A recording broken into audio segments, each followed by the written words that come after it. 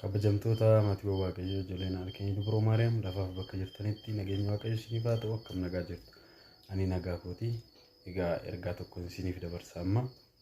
Kun yuutuubii Tawaayidoon deebii qabdudha jedhudha. Kanaaf hundumti keessan yuutuubiin kun akka guddatuuf hundumti keessan sabiskiraayib akka gootan maqaa Waaqayyootiin isin gaafadha. Kana malee immoo inni guddaan kanan dhufee fi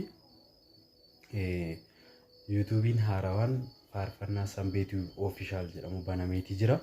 Kanaaf yuutuubiin kun wantoota faarfannaa garaagaraa, faarfannaa haarawaa, faarfannaa babbareedaa kan mana amantaa keenyaa isiniif gadhiisa waan ta'eef yuutuubiin kun erga banamee guyyaa 3 guuteera har'aani. Kanaaf seentanii akka yeroo tokkoon yoo daftanii sabiskiraayib gootan yoo ilaaltan ni guddata. Kiristaana baay'ee bira faarfannaan hin ga'a waan ta'eef adaraa tajaajila keenya waliif guddisuuf diskiripshinii keessa isiniin ka'a. Seenaa sabiskiraayib godhaa maqaa Waaqayyootiin.